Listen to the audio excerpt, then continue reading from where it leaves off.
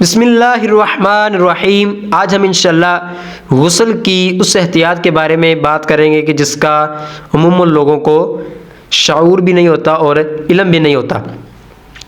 कहते हैं कि ज़ख़म वगैरह पे अगर पट्टी बंधी है तो अगर उसको खोलने में हर्ज और नुकसान हो तो फिर इस सूरत में उस पर मसा कर लेना ये ज़रूरी है।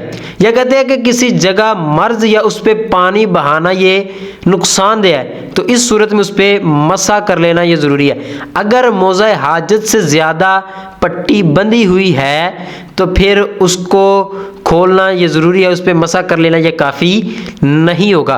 हाँ, अगर पट्टी इस तरह बंधी है कि आप खोलेंगे नुकसान भी है और हर्ज भी है और आपको पता है कि अगर मैं खोलूँगा तो ज़ख़म बढ़ जाएगा तो इस सूरत में उस पर मसा कर लेना ये काफ़ी होगा।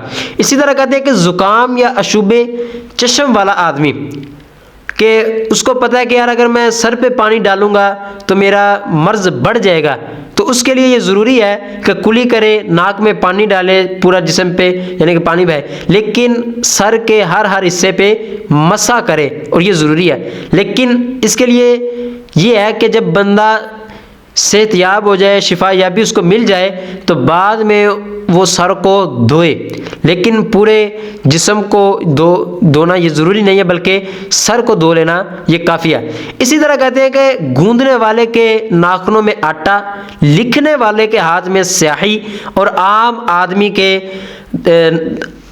नाखूनों में मक्खी की बीट वगैरह जम जाती है। तो इस सूरत में अगर किसी ने गुस्ल कर लिया तो उसका गुस्ल तो हो जाएगा और जो उसने नमाज पढ़ी वो भी हो जाएगी।